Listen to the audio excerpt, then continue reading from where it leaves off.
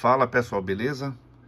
E aí pessoal, fazendo a montagem de um dos canais aqui do nosso amigo Geraldo Leones. Geraldo arrematou duas placas Atrium 1200. Eu estou fazendo a marcação para fazer os furos do dissipador, para fazer a fixação dos transistores. Observe que eu vou botar também aqui por baixo o transistor do multiplicador de VBE e os dois drives. O amplificador, gente, ele já está testado, ok? Só vou fazer a parte de montagem dessa unidade aqui e fazer alguns testes do amplificador e também aproveitar esse dissipador, fazer alguns testes com a nossa fonte simétrica. Eu já estou com os capacitores que eu vou adicionar na saída. O nível de ruído é aceitável, mas é um pouco alto quando você trabalha com uma corrente mais elevada. Isso eu estou falando de um canal, tá pessoal?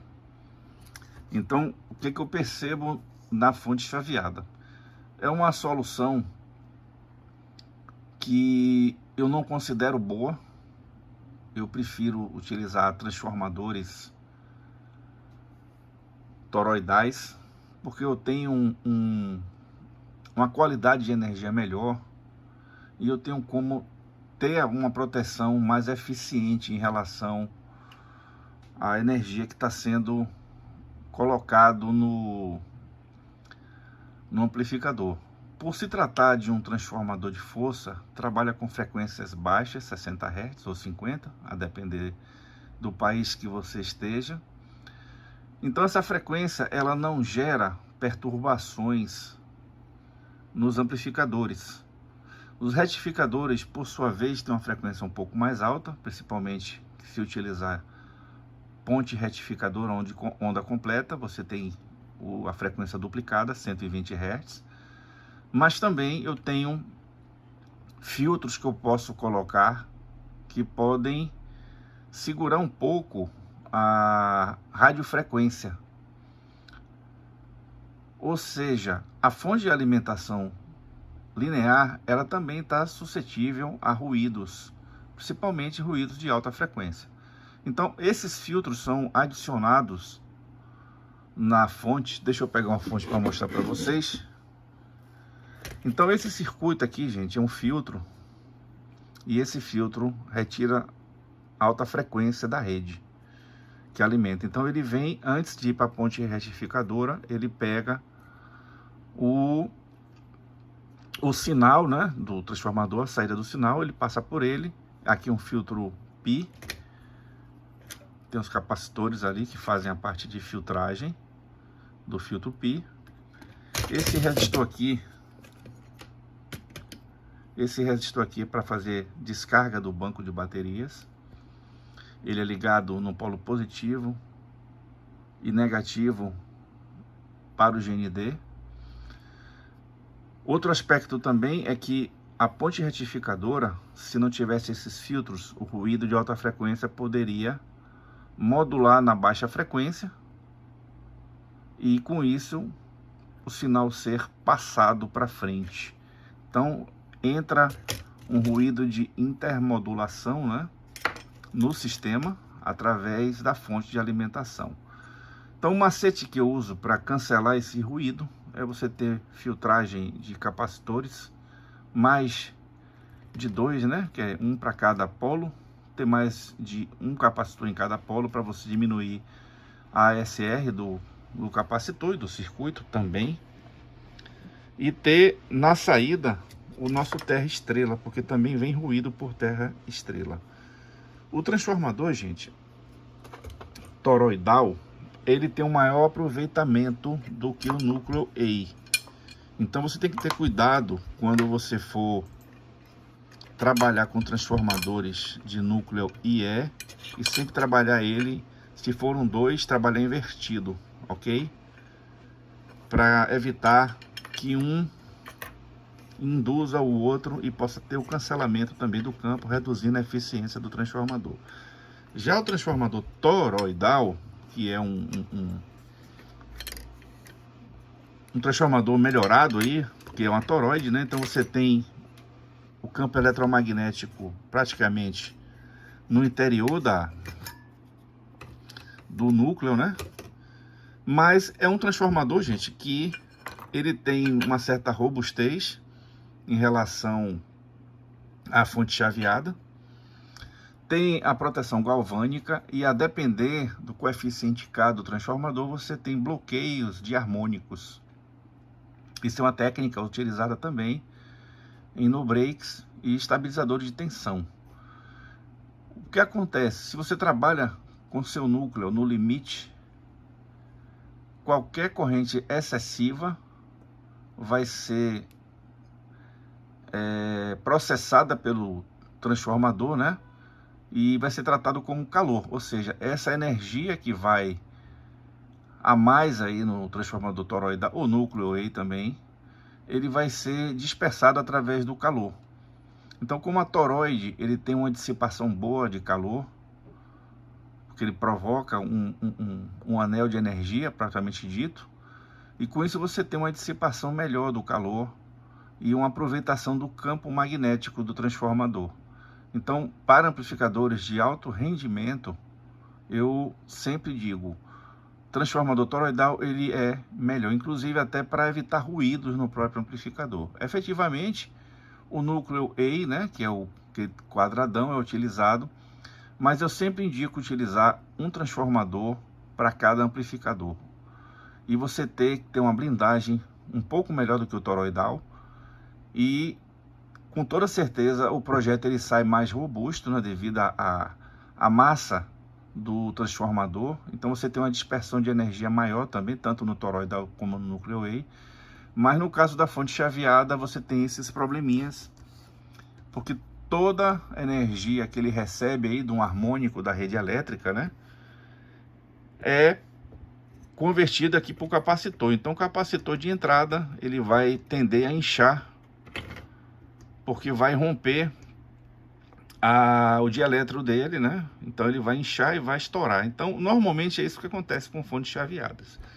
E também, gente, a carga e descarga, porque a tensão é alternada, provoca também o desgaste precoce do capacitor. E uma fonte que ela esquenta normalmente o indutor. E você tem isso, uma fonte que pode trabalhar até quente, a depender do nível de frequência que ela trabalha. Então, com isso, você pode também trabalhar com capacitores de maior temperatura para suportar, mas com o tempo ele vai secar e vai perder a sua capacidade de filtragem. É por isso que muitas vezes as fontes chaveadas têm esse tipo de problema. Eu não gosto muito por esse motivo. Então a pergunta aí que não quer calar, se a fonte chaveada ela é indicada para amplificador. Gente, vocês podem usar. Eu não sou nada contra, as pessoas sempre estão fazendo as suas inovações, mas é por conta e risco de quem está praticando esse tipo de ação. Eu não recomendo. O que eu recomendo é um transformador toroidal, é um transformador de núcleo A. Por quê? Porque é a certeza que eu não vou ter problemas com a queima do amplificador. Fonte chaveada adora queimar amplificador, não tem jeito. Muitos dizem o contrário, mas talvez não tenham o conhecimento necessário para apontar aí esse nível de problema que tem na fonte. Então o que acontece aqui se a fonte colapsar? Vamos supor que tem um curto-circuito no amplificador. Queimou aqui um transistor, o fusível correspondente à fase que queimou, ele vai abrir e vai tirar o curto em cima da fonte chaveada. Porém, se a fonte chaveada danificar, parar de chavear, zera a energia para a fonte. E a outra coisa é quando você utiliza a ruptura dos retificadores de saída, porque são retificadores que trabalham em alta frequência, ou seja, eles esquentam mais do que os transistores, do que os diodos retificadores AC em 60 Hz. Então ele é um retificador aqui, gente, que trabalha com a frequência altíssima, eles esquentam, e o risco dele romper e passar sinal alternado para um amplificador é muito grande. E com isso você sai lambendo aí todo o circuito do amplificador, porque vai entrar um curto-circuito, os transistores de saída vão queimar, e se o transistor, se não tiver esse fusível de proteção aqui, o prejuízo é maior. Se tiver, ele vai romper, vai parar com dano, mas em compensação, a fonte de alimentação, para você tentar reparar aí, vai ser complicado.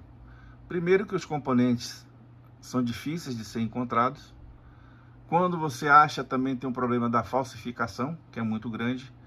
Você não tem como verificar se o circuito integrado é original ou não, a não ser utilizando ele. Então você vai comprar para botar em estoque para consertar determinada fonte. E tem outro problema, com o tempo também esse componente vai se tornar obsoleto.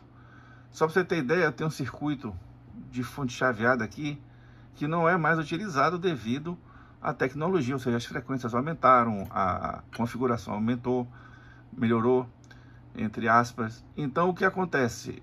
São componentes que ficam obsoletos na prateleira, principalmente quem faz manutenção. Já o velho transistor, você vai encontrar vários tipos, vários modelos, vários fabricantes. Tem falsificado? Tem. É um porre esse negócio de falsificação. Mas eu lhe digo para os senhores, é preferível você ter como testar quando você compra e poder devolver, né, reaver seu capital investido, ou você utilizar outro tipo de transistor de saída. Transistores bipolares, gente, eles são comuns, ele tem uma necessidade porque eles trabalham com corrente. Já os MOSFETs trabalham com a tensão, ou seja, o disparo dele é através da tensão. Já o caso do transistor convencional, o BJT, ele é acionado pela corrente. Então, gente, essa aí é a principal diferença da fonte chaveada para a fonte linear.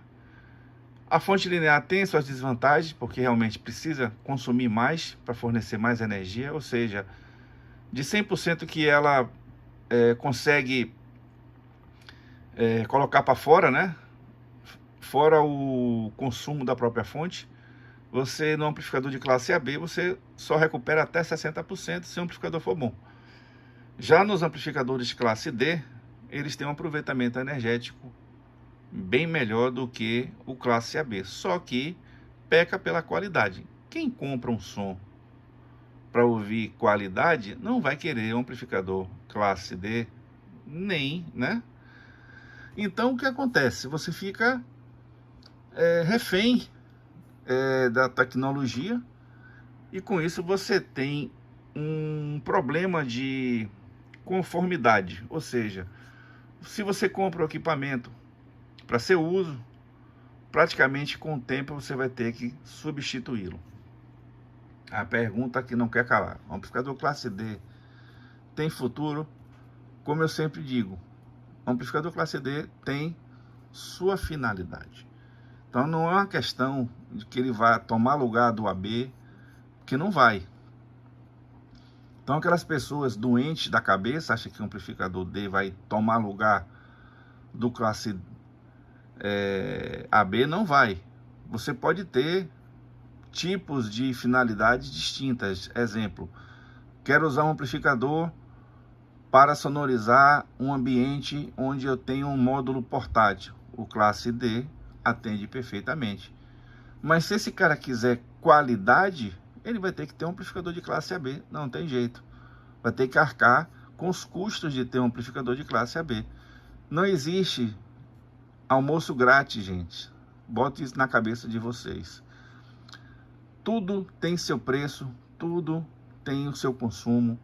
Então, as pessoas que compram, que eu já percebi, amplificador classe D, eles não compram os melhores classe D porque custam caro. Eles não compram os melhores amplificador classe AB porque são caros também.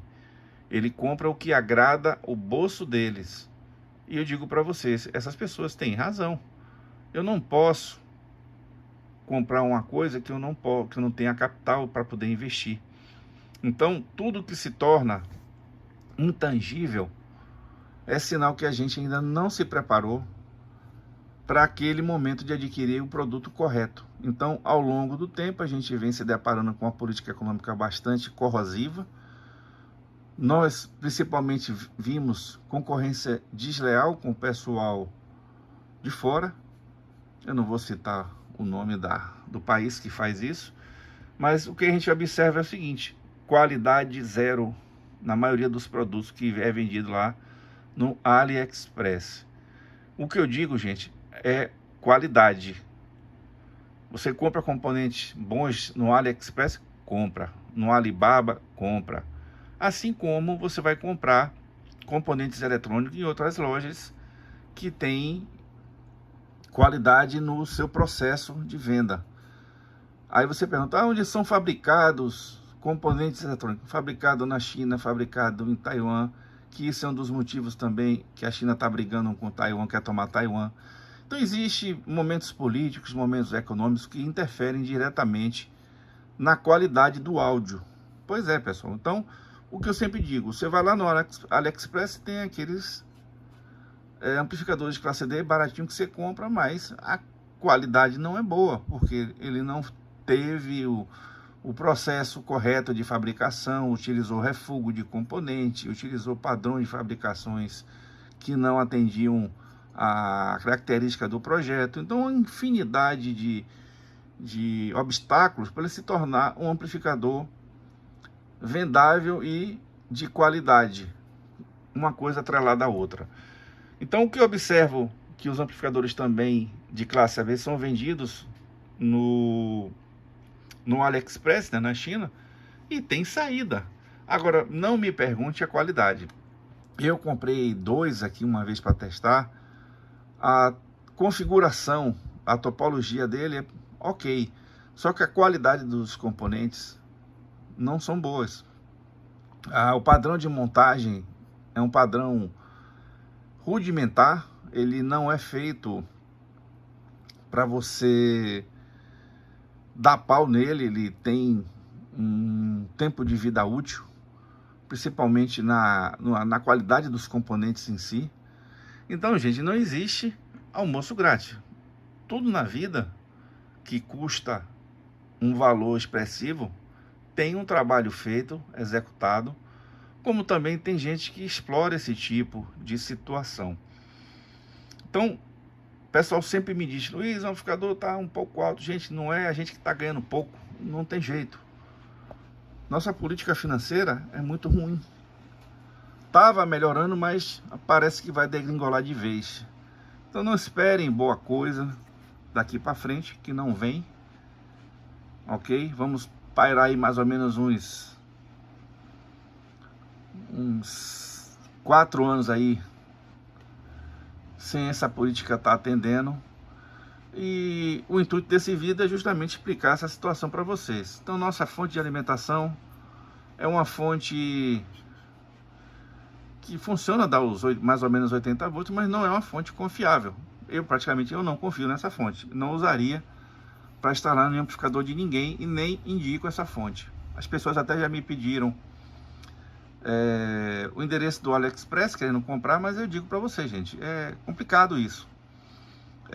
Eu passei, mas digo a responsabilidade de vocês quanto à fonte. Eu não indico a fonte, correto? Não indico. Se fosse boa, eu indicaria. O preço é um preço razoável. Se você quiser se arriscar, é por conta e risco de vocês. Então, gente, o vídeo de hoje é para falar sobre esses assuntos. Falar para vocês também, gente, que eu tô com poucos MK4V12. Por enquanto eu não vou fabricar mais placas, porque tá difícil trazer componente para fora. Agora tá uma barreira alfandegária. Então tem produtos que você pode comprar free, né, sem pagar os tributos, e tem outros que obrigatoriamente você tem que pagar. A maioria dos transistores que eu compro eu pago o tributo, então isso não vai fazer efeito. Mas a placa de circuito impresso que eu estou fazendo na China, porque tem qualidade a fabricação da placa. Então, o que acontece? Eu vou segurar um pouco, vou ver como vai se comportar o mercado. Eu vou dar atenção agora praticamente aos cursos de eletrônica, né? que eu estou fazendo e vai estar disponível a partir do dia 1º de maio.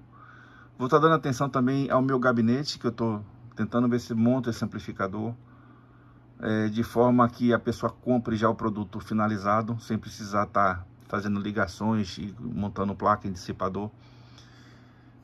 E o serviço que eu estou fazendo também, o pessoal me pede bastante, que eu faça a furação e faça a instalação e dê funcionando. Gente, isso ajuda bastante para quem comprou, mas para mim é desgastante, porque eu faço isso aqui em horas livres do trabalho. É um trabalho tanto quanto cansativo e complexo, porque você tem que ter um padrão de furação, tem que ter um padrão de montagem. Às vezes não satisfaz a quem compra, mas eu digo para vocês, a tendência do mercado é que os amplificadores de boa qualidade retornem. Transformadores toroidais existem, sempre vai existir. Existe N motivos. A fonte chaveada não é a solução para sistema de sonorização profissional, nunca foi e nunca será, porque todo circuito que tem algum tipo de oscilador aí, ele vai gerar ruído, por mais proteção que você coloque aí, que você se descabele. Então você só vai conseguir, gente, aumentar o custo do seu produto e ter um amplificador capenga. Então, gente, se você for montar um amplificador para seu uso, para botar em casa, para curtir um som, utilize sempre um transformador ou de núcleo EI ou um núcleo toroidal. Os toroidais são pouco mais caros devido à ferramenta que é utilizada para fazer a fabricação dos toroidais. Nem todo mundo tem capital para investir numa máquina daquela, que é uma máquina cara, como também nos implementos e nos insumos, que é a parte de fio de cobre. Então hoje você tem fios de alumínio que não atendem a muitos projetos. Temos aí os isoladores, temos a finalização do transformador, que é a parte de selagem dele, enfim, teste. É um transformador bom? É. Então, se você for pensar em montar um amplificador hoje, faça de forma a você ter um equilíbrio, não gastar muito, nem evitar ter prejuízo com amplificadores que não vale a pena. Digo de passagem, nenhum amplificador que é vendido no AliExpress de classe D ou AB tem qualidade. Vai apresentar algum defeito e o pior, você não tem como reclamar. Para mim, isso é um dos piores defeitos do amplificador, não poder reclamar com quem produziu, e com isso você fica com o seu capital empatado. Então, gente, eu sei que os amplificadores não são baratos, mas também não são caros, porque só eu sei o trabalho que dá para montar. As pessoas têm a mania de sempre depreciar a mão de obra, que é uma coisa que eu abomino, é você depreciar a mão de obra de um profissional. Eu digo sempre, se eu não posso pagar esse, eu pago outro profissional para fazer, contanto que tenha o mínimo de perda possível. É aquele caso, né? Se você tem um médico que você confia, para que arriscar naquele médico que cobra pouco? Então, quanto é que vale a sua vida? Então, isso eu tiro como referência para todas as minhas empreitadas de trabalho, seja pedreiro, seja carpinteiro, gesseiro, médico, advogado. Então é sempre bom você se cercar de bons profissionais, para quando você for reclamar, você ter uma pessoa que possa lhe atender à altura. Então é isso aí, pessoal. O vídeo de hoje é para mostrar para vocês que a gente trabalha aqui montando no dissipador, caso vocês queiram.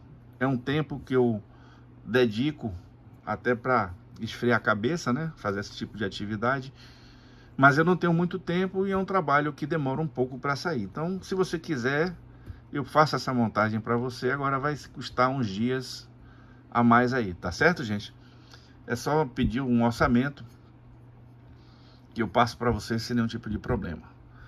Quem quer ainda, gente, o amplificador Atrium já foram vendidos aí 22 pares de Atrium. Eu fiz poucas placas porque é um amplificador trabalhoso. E com isso você pode ter aí amplificadores de nível profissional. Tipo, se você quiser colocar no seu SA4, SA3. Eu estou montando um SA3 aqui com 2 Atriums, mantendo, né, evidente, a mesma potência do SA3, mas com a qualidade impecável do áudio. Então, forte abraço para todos vocês, gente. Muito obrigado por assistir nossos vídeos, dar aquele apoio que é muito importante. Não deixe de dar um like. O like faz a gente pegar notoriedade aí no YouTube e que outras pessoas possam também assistir o vídeo, tá? E melhor nos remunerar, os criadores de vídeo e de conteúdo aqui do YouTube. Ok, pessoal? Temos também um canal no Rumble, tá? Já estamos subindo alguns vídeos. Quem quiser também pode nos procurar no Rumble. É uma plataforma nova e que tem um desafio aí muito grande em relação ao YouTube. Então é isso aí, pessoal. Aquele abraço. Até a próxima.